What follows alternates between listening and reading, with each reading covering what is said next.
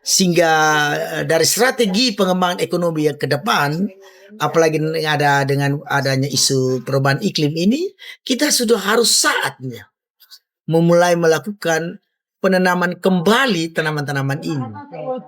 Apalagi kalau kita bicara tentang asam, ini tanaman yang secara alamiah hidup di hutan kan, yang umurnya rata-rata sudah 200 tahun. Jadi ini hasil pengamatan, hasil kajian kami 20 sampai 30 tahun itu, bahwa masyarakat yang hidup di lahan kering NTT seluruhnya, Timor seluruhnya, dan pulau-pulau kecil itu kehidupan ekonominya memang berbasis pada tanaman umur panjang dan peternakan. Jadi dia tidak berbasis pada tanaman umur pendek biji-bijian serealia. Mungkin di beberapa tempat saja ada enklave mereka nanam padi, jagung. Tapi pada umumnya mereka punya ekonomi terkuat itu datang dari tanaman umur panjang dan peternakan. Misalnya tanaman umur panjang itu tanaman-tanaman yang mampu beradaptasi kuat dan mereka mampu memberikan ekonomi yang baik walaupun terjadi ada sedikit pergeseran iklim atau alam yang tidak begitu memungkinkan. Tanaman umur panjang tetap menghasilkan ekonomi yang baik. Tanaman umur panjang itu ada yang hidup di daerah dataran rendah, ada yang di menengah sampai dataran tinggi. Nah, NTT itu ada dataran dari dataran rendah sampai dataran tinggi 1.200 meter dari permukaan laut. Tapi pada umumnya sebagian lahan itu ada di daerah 100 meter sampai 400 meter dari permukaan laut. Disitulah sebagian masyarakat NTT bermukim. Dan tanaman umur panjang kenapa saya katakan demikian? Karena memang iklim NTT ini kan masuk dalam iklim semi arida. Itu semi arida itu berarti dia punya daerah itu kelembaban rendah, jenis tanahnya, topsoilnya itu rendah, lapisan olahnya rendah. Tapi terutama tuh hujan itu kita hanya 3 bulan. Dan kadang-kadang tidak sampai pun 3 bulan.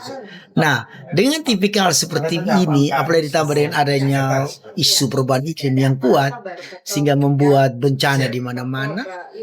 Dan hasil survei akibat semua itu, tanaman umur panjang yang paling bertahan.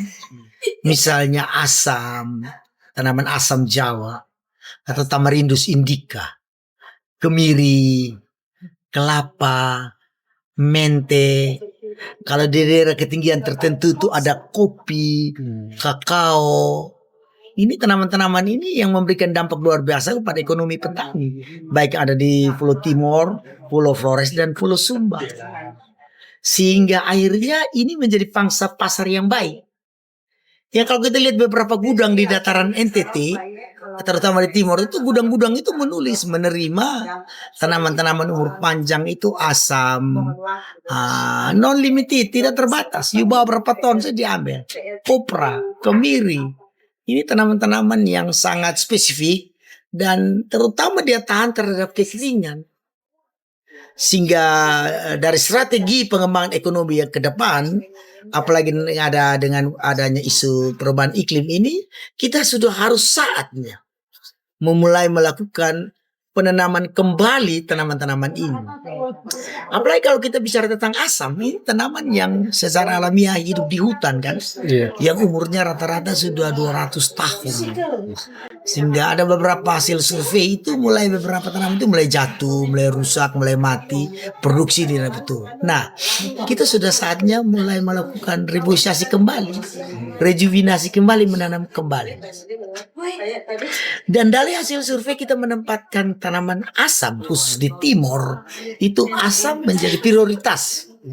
Karena tidak ada hama penyakit, tidak ada perawatan, hujan banyak dia jadi, hujan sedikit pun dia jadi, angin ribut itu tidak ada masalah.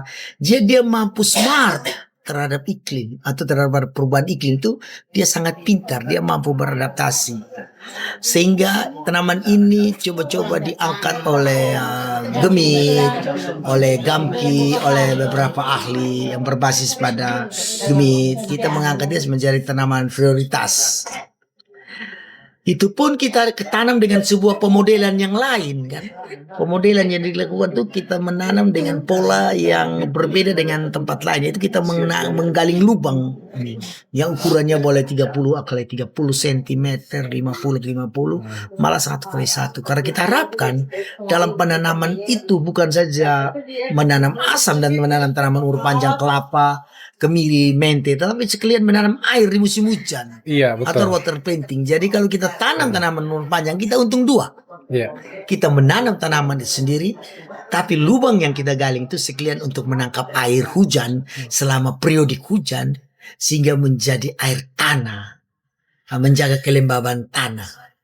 Bisa saya tanam seperti yang orang lakukan sekarang atau secara alamiah masyarakat menggali lubang sebesar polybag. Itu tidak efektif.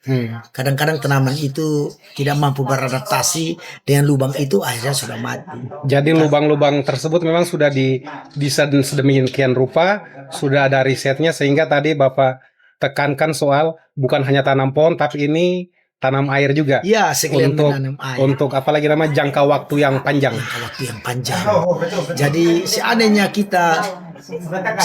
kita menanam 1 juta pohon, berarti kita akan menghasilkan juga 1 juta lubang. Nah, bayangkan lubang itu 30 kali 30 kali 30. Sama periodik musim hujan. Kalau satu lubang mampu menampung 1 sampai 2 kubik air saja ke dalam tanah, Anda bayangkan kalau 1 juta, kita akan menampung 1 sampai 2 juta kubik air dalam tanah. Nah, itu suatu saat akan menciptakan kelembaban tanah, menciptakan mata air baru, atau yang paling penting adalah menjaga konservasi air dalam tanah, groundwater conservation ya. Sehingga itu harus menjadi masalah di NTT, bukan saya di timur. Apalagi di pulau-pulau kecil yang daerah tangkapan airnya kecil seperti Sabu, Rote, Pulau Semau, itu harus masif. Tidak ada jalan lain. Karena bukan Tuhan tidak memberikan kita hujan sekecil apapun ada. Tapi kan kadang hujan itu karena daerah itu kemiringan kita di atas 30%, hanya menciptakan erosi di musim hujan. Air hujan yang diberikan oleh alam itu terbawa ke kali, ke sungai, selanjutnya ke laut.